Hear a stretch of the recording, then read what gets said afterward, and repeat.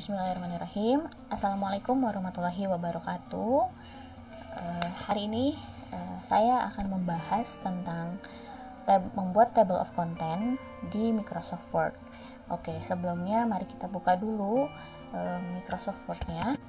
Nah, di sini kita sudah punya Microsoft Word ya, dokumen kosong, dan kita akan membuat table of content. Table of content itu fitur dari Microsoft Word untuk membuat daftar isi secara otomatis, mendeteksi nomor halaman ya dari dokumen yang kita buat. Adanya di reference, di table of content ini. Perhatikan bahwa di table of content itu ada yang namanya heading 1, heading 2, heading 3. Ini menunjukkan level-level dari level-level dari si dokumennya. Kayak misalnya untuk heading 1 itu biasanya digunakan untuk bab, heading 2 itu untuk subbab, heading 3 itu untuk sub-subbab dan lain sebagainya yang akan kita tampilkan di daftar isi.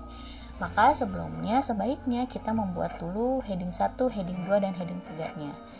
Dimana membuatnya? Nah, kita bisa mengatur di sini. Di sini sudah ada heading 1, heading 2, title, subtitle dan lain sebagainya. Di sini biasanya misalnya kita membuat heading 1 itu adalah bab 1 gitu ya. Bab 1 bold ya, bab 1 pendahuluan misalnya seperti itu. Nah, misalnya kita mau membuat ini menjadi sebuah heading 1, maka kita bisa tunjukkan di sini heading 1. Apabila kita mau mengedit, misalnya bab 1 ini maunya posisinya di tengah, kita bisa klik kanan pada heading 1 ini, kemudian kita modify. Nah, di sini kita bisa atur bold, misalnya posisi di tengah. Kemudian misalnya fontnya adalah Times New Roman, warnanya adalah hitam. Ini bisa diatur juga spasi dan lain sebagainya. Oke, maka hasilnya seperti ini. Kemudian berikutnya kita mau membuat heading 2. Misalnya heading 2 ini kita modify lagi. Misalnya heading 2 ini bold, kemudian Times New Roman juga, tapi hurufnya cukup 13, tidak sebesar yang heading 1. Oke. Di sini misalnya kita mau menulis heading 2, kita kasih tahu dulu bahwa kita akan menulis di heading 2. Misalnya bab 1 pendahuluan, latar belakang. Kayak gitu. Terus kalau misalnya mau ada penomoran, tinggal ditambahkan saja di sini ya, di numberingnya 1, 2, 3 misalnya seperti ini. Terus untuk heading 3 misalnya kita bisa tambahkan juga, misalnya warnanya hitam, fontnya lebih kecil. Ini misalnya untuk heading 3, misalnya mau kita tambahkan misalnya latar belakang, atau misalnya nomor 2-nya heading 2, maksud dan tujuan. Heading 2.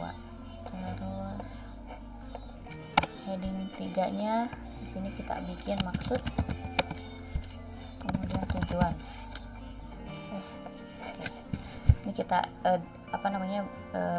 kita tetapkan dulu bahwa dia adalah heading 3 di sini. Maksudnya mau pakai numbering juga boleh, bisa dibikin juga. Nah, seperti ini misalnya. Gitu. Ini untuk penentuan mengatur heading. Apabila kalian lihat di navigation pane, nah ini juga masuk nih. Ini sebagai heading 1, ini heading 2, heading 2, maksud tujuan ini heading 3. Selanjutnya, kalau misalnya kita mau membuat daftar isinya,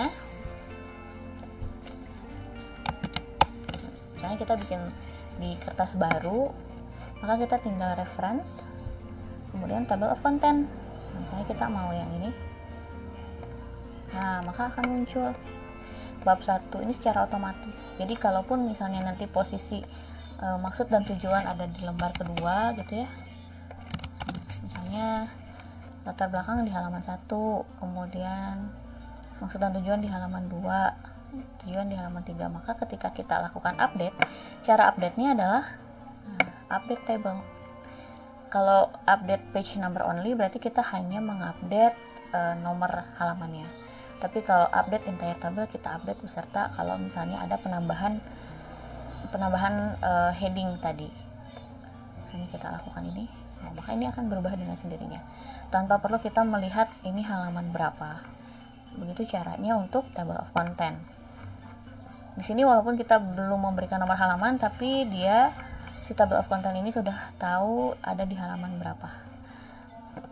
Latar belakang ini ada di halaman berapa, maksud dan tujuan ada di halaman berapa, kemudian maksud tujuan ada di halaman berapa. Itu untuk melakukan update daftar isi.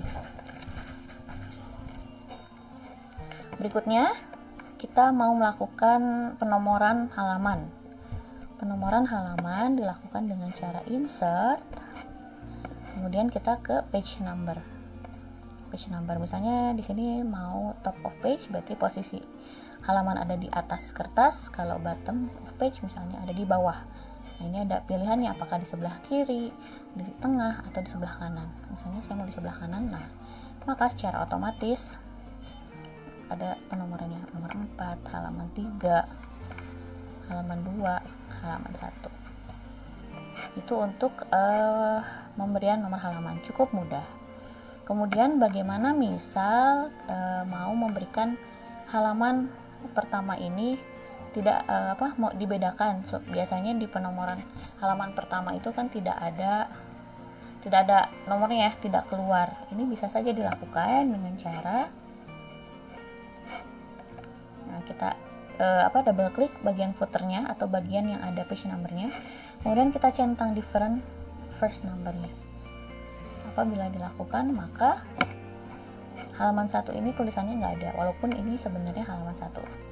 Tapi untuk halaman 2, 3, dan 4 dan seterusnya itu akan tetap ada.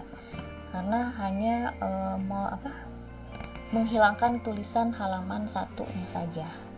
Itu untuk penomoran halaman.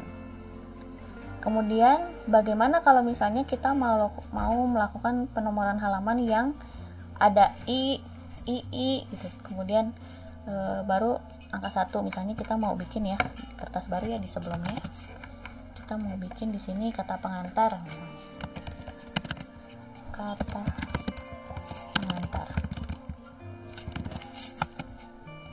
Misalnya kata pengantar, kemudian di bawahnya ada misalnya heading satu lagi, abstrak gitu ya. Misalnya kata pengantar sama abstrak ini pengennya penomorannya pakai Romawi, sedangkan di bab 1 ini mulainya dia pakai penomoran angka. Ini kita sebut dengan penomoran yang beda section. Jadi di sini kita bisa mengatur penomoran. Kita klik dulu footernya, kita ganti nih page number, format page number itu adalah number formatnya kita ganti menjadi Romawi. Nah, ini sudah berubah kan, untuk kata pengantar menjadi I, abstrak menjadi II. Nah, hanya saja di sini masih 3 I-nya 3, Romawi 3, padahal kita maunya ini tuh menjadi penomoran bilangan desimal. Jadi yang kita lakukan adalah membuat next section, yaitu di layout kita pilih break, kemudian kita pilih next page, baru setelah itu kita ganti format di sini menjadi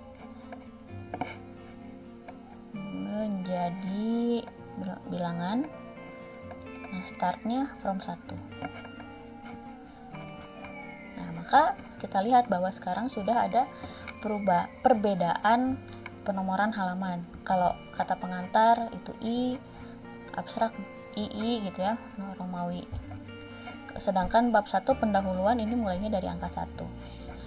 Apa yang akan terjadi apabila kita merubah di daftar isi? Maka kalau kita lihat update, maka akan berubah, dia akan menyesuaikan.